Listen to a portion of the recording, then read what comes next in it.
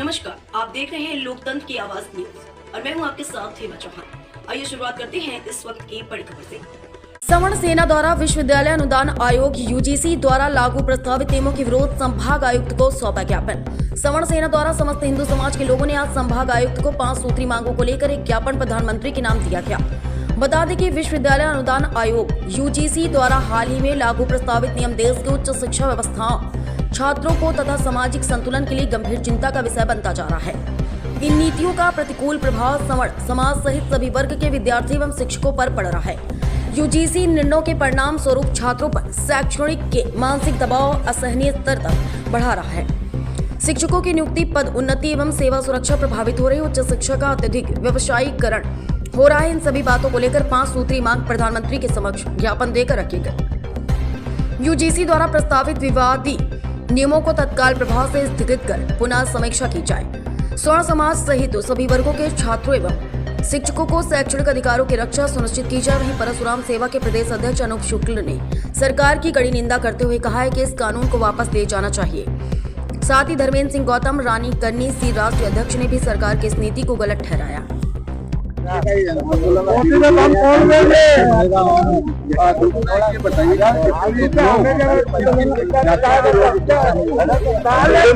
देखिए, यहाँ पर सवर्ण सेना नाम दिया गया है। सवर्ण समाज से यहाँ पर सिंधी समाज के भी जो सवर्ण लोग आते हैं, मतलब सामान्य वर्ग के लोग हैं, चाहे वो कायस्थ समाज के हो, चाहे वो वैश्य समाज के हो, चाहे वो हमारे ठाकुर प्रतिनिधि हमारे बड़े भाई धर्मेंद्र गौतम जी ने आपको बताया ही है, और संत समाज भी हमारे साथ सामने आपको विराजमान दिख रहा है। यह जो यूजीसी यूनिवर्सिटी ग्रांट कमीशन को ये अधिकार कैसे मिल गया कि हमारे बच्चों के साथ में वो ऐसा खुला खिलवाड़ करे?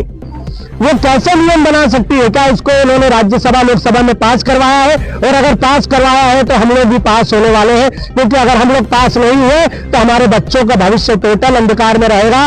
और उनको अंधकार से बचाने के लिए एक बाप की जो भूमिका रहती है, उस भूमिका में हम लोग यहाँ पर सब खड़े हुए हैं। इसमें बात करें तो अब आगे चल के किस तरीके से आंदोलन को और आगे बढ़ाया जाएगा उसकी? देखिए, अभी हाल फिलहाल में हम लोगों ने यहाँ पर सिर्फ निवेदन किया है, जैसा कि हमारे भाई करणी सेना के मां करणी सेना के भाई धर्मेंद्र गौतम जी ने कहा है, पहले निवेदन फिर प्रतिवेदन, और उसके बाद नहीं तो फिर रोड पे आके लड़ाई लड़ी जाएगी। और रोड पे आके लड़ाई लड़ेगी मतलब अन्न जन्म त्याग करके मरणासन अवस्था तक। फिर देखें कितने लोगों को ये मरवाते हैं और कितने लोग मरते हैं। आपका नाम बताइए। मैं पंडित अनूप शुक्ला, श्री परशुराम सेना, मध्य प्रदेश। इन मांगों को लेकर किया है और आप लोग क्या चाहते हैं? हम ये आज का प्रदर्शन जो है सवर्ण सेना के बैनर तले किया गया है, जिसमें हमारे समस्त हिंदू समाज जो सवर्ण वर्ग में आते हैं वो लोग हैं, बल्कि हमारे साथ पिछड़े वर्ग के लोग भी शामिल हैं, जो कि इस यूजीसी कानून के खिलाफ उनको लगता है ये गलत है, सवर्ण और छात्रों के खिलाफ।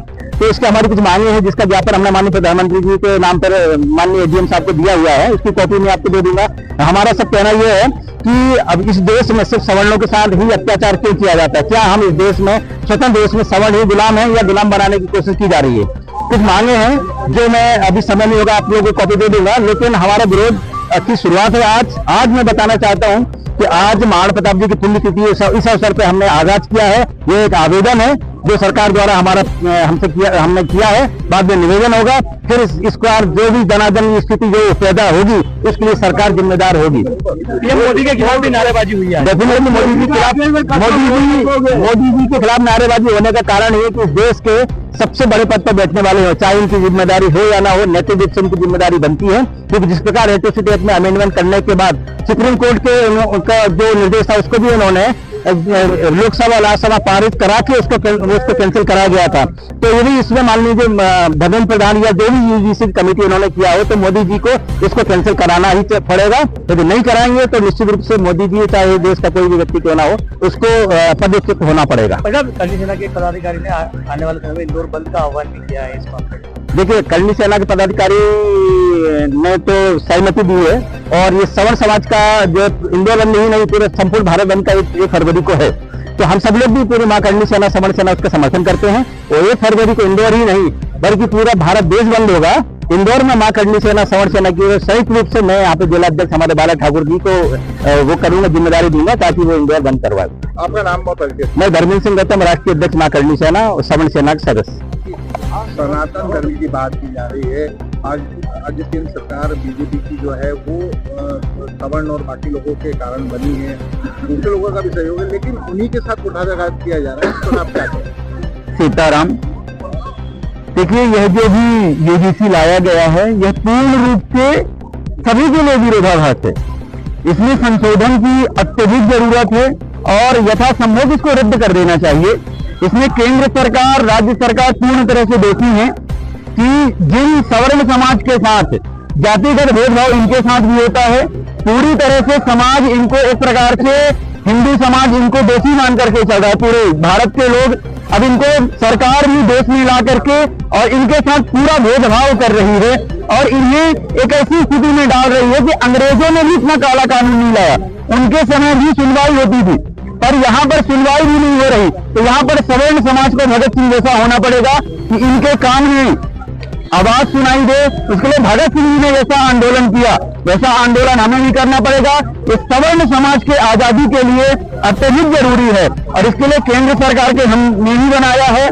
हम सभी का पूरा सहयोग रहा उन्हें बनाने में और बीजेपी को लाने में पूर्ण रूप से सवर्ण समाज का ही सहयोग रहा। और सरकार जो आज 12 साल से चल रही है, पर सरकार को इस विषय में पूरा विचार करना चाहिए कि जिनके बदौलत बनी है, ठीक है, जिनके बदौलत तख्त पर उन्हें बैठाया गया है, उनके साथ भेदभाव ना करें। नहीं, यह भी उन्हें जानकारी होनी चाहिए, जो उन्हें बैठाया जा सकता है सिंहासन पर तो उतारा भी जा सकता है, इसे वह कदापि ना भूलें। और जिन्होंने अपनी 563 रियासतें देश को समर्पित करके देश को एकता में पिरोया है, उनके साथ ये जातिगत भेदभाव करके सरकार स्वयं को नष्ट कर रही है और यथासंभव कि एक करने की बात जो सरकार कर रही है, हमें ऐसा लग रहा है कि भाजपा कांग्रेस के बराबर होना चाहिए। आपका पूरा नाम? हमारा नाम स्वामी अतुलानंद सरस्वती।